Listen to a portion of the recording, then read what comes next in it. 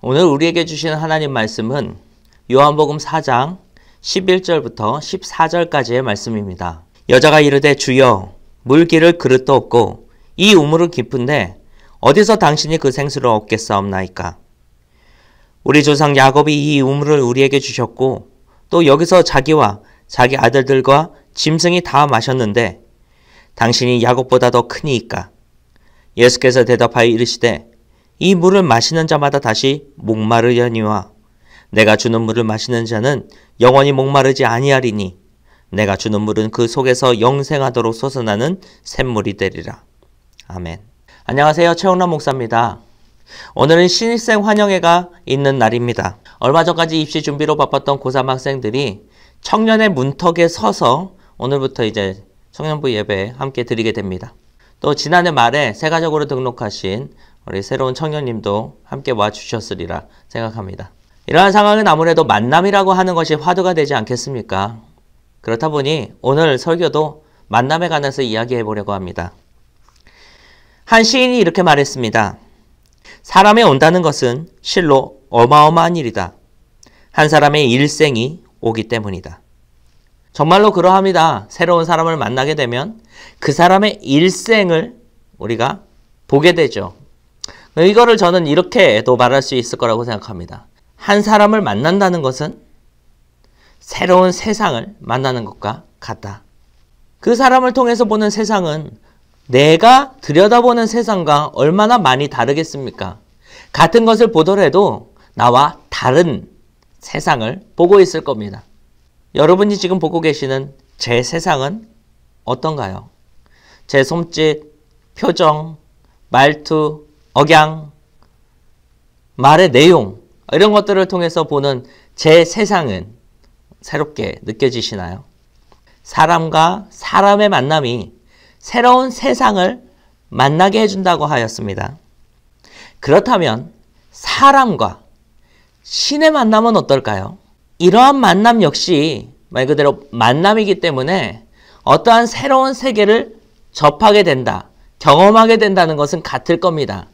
그런데 사람과 신이 만나면 아무래도 질적인 차이가 있겠죠. 예를 들어서 고대 그리스, 불의 신 헤파이스토스를 만나면 어떻게 될까요? 불의 뜨거움에서 열정이라는 것을 보게 되고 불꽃을 들여다보면서 그 매료된다라고 하는 것을 알게 될 겁니다. 또 불로 세공할 수 있는 것들이 얼마나 많습니까? 모든 가능성들과 또 그것들이 발현되는 원리에 관해서 사람들이 생각하기 시작할 겁니다. 미의 여신 아프로디테를 만났습니까? 그렇다면 그는 분명히 미라고 하는 것이 무엇인지 그 근원에 대해서 탐구하기 시작할 겁니다. 요는 사람이 경험할 수 있는 그 경험, 그 너머의 근원, 원리에 관해서 생각하게 한다는 겁니다. 그럼 봅시다. 우리는 하나님을 만났습니다. 하나님, 그저 여러 신들 중에 하나라고 한다면 여러분은 하나님과의 만남을 통해서 어떠한 세상을 만나게 될까요? 삶의 목적, 삶의 지혜, 선한 것의 유익, 유복한 삶이라고 하는 것이 무엇인지 생각하고 그것을 최대한 나의 삶에 적용시켜 내 삶을 보다 향상시키기 위해서 우리의 삶을 살아가기 시작하겠죠. 그러한 세상을 보았으니까요. 그런데 하나님이 정말로 그들 중에 하나인가요? 아닙니다. 하나님은 그들 중에 하나가 아니라 완전하신 한 분이에요. 그렇다고 한다면 하나님과의 만남은 훨씬 더 다른 차원의 것이어야 되지 않겠습니까? 대체 무엇일까요? 오늘 본문에 한 여인이 등장합니다. 예수님의 말을 통해 알게 된 사실은 이 여인에게 남편이 5이 있었다는 겁니다. 이 사실 하나만 가지고도 우리는 이 여인이 어떠한 사람인지 평가를 내릴 수 있습니다. 간단하게는 바람 피는 여인, 그 시대의 말로 해보면 음란한 여인, 조금 더 범위를 넓혀보면 죄된 인간이라는 평가를 내릴 수 있을 겁니다. 그런데 제 눈엔 이렇게 보입니다. 무언가가 되고 싶어 하는 사람. 무언가가 되고 싶어 하는 한 여자가 있었다면 그 여자는 어떻게 행동했을까요? 이 시대를 보십시오. 여자가 무언가를 해서 뭔가를 할 수 있는 그러한 시대적 상황이 아니지 않습니까? 이 시대의 여성은 어떤 남성에게 귀속됨으로 말미암아 그 남성이 가지고 있는 지위와 재산과 소유들을 공유했습니다.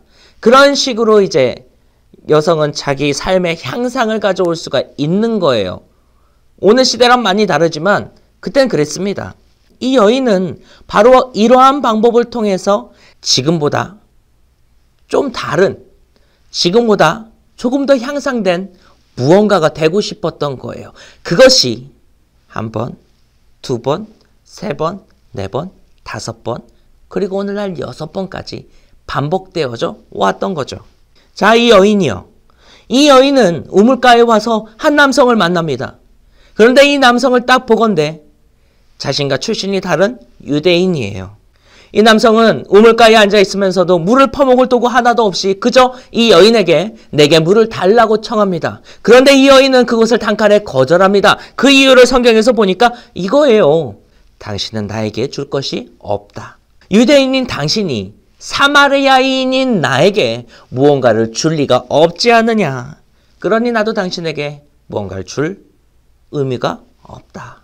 이때까지만 해도 예수님과 이 여성이 주고받는 대화의 배경에는 한낮의 우물을 찾아온 사람들의 아주 흔한 주제, 목마름이었습니다.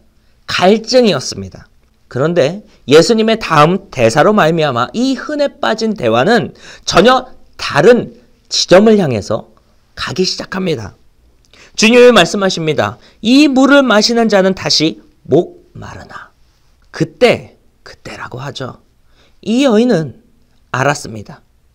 이 대화 속의 화두였던 이 목마름이라는 것이 단순한 갈증이 아니기 시작했다는 것을요. 이 남성의 입에서 나오는 이 목마름이라고 하는 것은 목이 타는 목마름이 아니라 내가 삶 속에서 나를 채우기 위해서 수없이 시도했던 그 모든 일들의 결과 또 원인이었던 그 목마름에 관해서 이야기하고 있다는 것을 이 여인이 알게 된 겁니다. 자신의 과거가 떠올라 사라지지 않았습니다. 오늘 막 만난 이 낯선 사람의 입에서 내 안에 상처처럼 남아있고 오늘도 채워내지 못한 이 목마름에 관한 이야기가 나오고 있는 거예요. 이 물을 마시는 자는 다시 목마를 것이다. 우리 만남에 관해서 이야기하고 있었습니다. 사람을 만나면 새로운 세계가 열리고 새로운 신을 만나면 그 신을 통해 세상의 원리와 근원에 관해서 탐구하기 시작한다 그랬습니다. 자, 사람도 아니요. 그냥 신도 아닙니다. 바로 그 하나님과의 만남은 우리에게 두 가지를 일으킵니다. 첫째, 우리 안에 있는 문제의 근원, 죄, 그것을 깨닫게 하고 더 나아가 둘째, 그곳에서 우리를 구원해 주십니다. 하나님을 만나면 죄의 근원에 닿게 되고 더 나아가 그 귀에서 구원해 내시는 하나님의 손을 만나게 된다는 겁니다. 그러나 내가 주는 물을 마시는 자는 영원히 목마르지 아니하리니 내가 주는 물은 그 속에서 영생하도록 솟아나는 샘물이 되리라. 여자가 말합니다. 내게도 그 물을 주소서. 그때가 이르면 우리가 기다리는 그 메시아가 우리에게로 오면 내가 그 일이 일어날 줄은 아옵니다. 그랬더니 주님이 말씀하십니다. 내가 바로 그니라. 이 사마리아 여인에게 일어난 일을 봅시다. 이 여인이 그날 우물가에서 주님을 만났던 우리도 우리의 목마름의 현장에서 주님을 만날 수 있습니다. 그리고 그 만남은 우리로 말미암아 죄의 근원을 깨닫게 하고 더 나아가 그곳에서 건져 구원에 이르는 영생을 깨닫게 합니다. 청년의 시기, 그 시기를 생각해보면 끝없는 선택인 것 같습니다. 선택해야 될 일들이, 그것도 그냥 선택이 아니에요. 내 인생을 결정할 것만 같은 무거운 주제들을 놓고 선택해야 되는 시기가 바로 청년의 시기입니다. 그런데 문제는 뭐예요? 어느 것 하나도 완전히 아는 상태에서 선택하는 게 아니라는 겁니다. 좋아 보이는 이것을 선택한들 그 결과는 언제나 확률이에요. 가능성이에요. 우리 안에 목마름이 있습니다. 무언가가 되고 싶어요. 무언가가 되고 싶은데 우리 안에 타는 목마름이 있는데 그 목마름을 어떻게 채워야 될지 모르는 사람들. 그게 우리입니다. 우리 안에 선택지들이 수없이 놓여져 있는데 어느 것을 선택해야 나에게 맞는 결과가 오는지, 지금의 내 모습이 아니라 더 향상된 무언가가 되고 싶은데 그 목마름을 무엇으로 채워낼 수 있는지 알지 못하는 우리의 삶. 많은 사람들이 가능성으로 존재하는 이 선택지들과 불투명한 미래 앞에서 그 길을 잃고 헤맵니다. 그러나 우리는 좀 다르기를 원합니다. 주님을 아는 우리는 필경 다를 수밖에 없습니다. 주님을 만나면 우리의 이 목마름이 어디로부터 시작된 것인지를 알게 됩니다.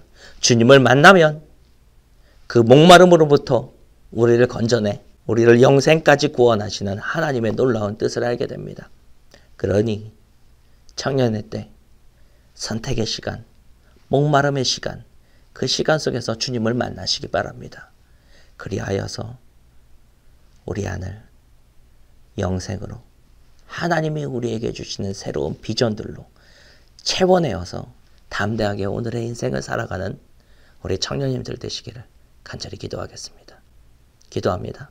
주님 감사합니다. 오늘 말씀을 통하여서 하나님을 만나면 우리에게 일어나는 일들에 관해서 생각해 보았습니다. 우리 안의 죄성을 발견하게 하시고 더 나아가 그 타는 목마름을 해소시켜 주실 그 영생을 우리 안에 소망하며 살아가는 저희들 되게 하여 주옵소서. 주님, 청년의 때에 주님이 주시는 그 비전들로 우리 안을 채우사 우리의 발걸음을 굳게 하시고 두려움이 아니라 희망으로 하루하루 살아가는 저희들 되게 하여 주옵소서. 예수 그리스도의 이름으로 기도합니다. 아멘.